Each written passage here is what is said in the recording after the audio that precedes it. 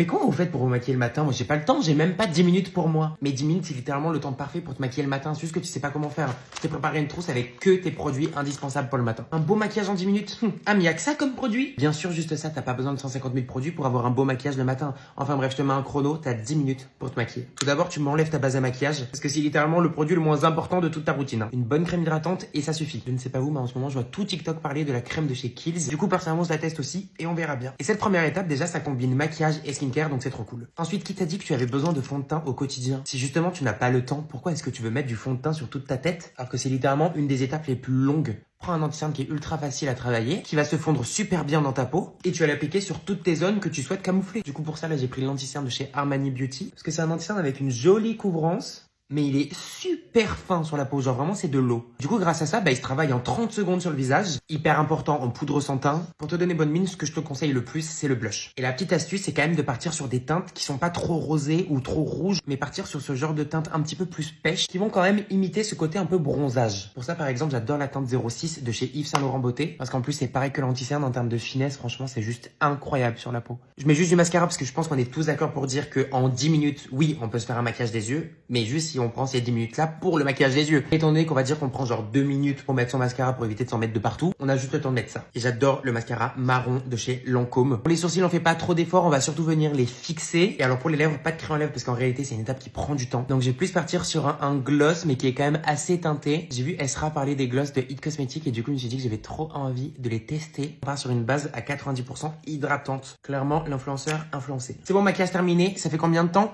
J'arrête. 8 minutes 49. Voilà. Même pas 10 minutes pour unifier mon teint, pour avoir bonne mine, pour avoir du mascara, des sourcils, des lèvres, bref, pour avoir tout. Tu n'as pas besoin d'énormément de temps pour te maquiller. Tu as juste besoin de prioriser tes étapes dans le maquillage. Si tu as peu de temps, alors utilise peu de produits.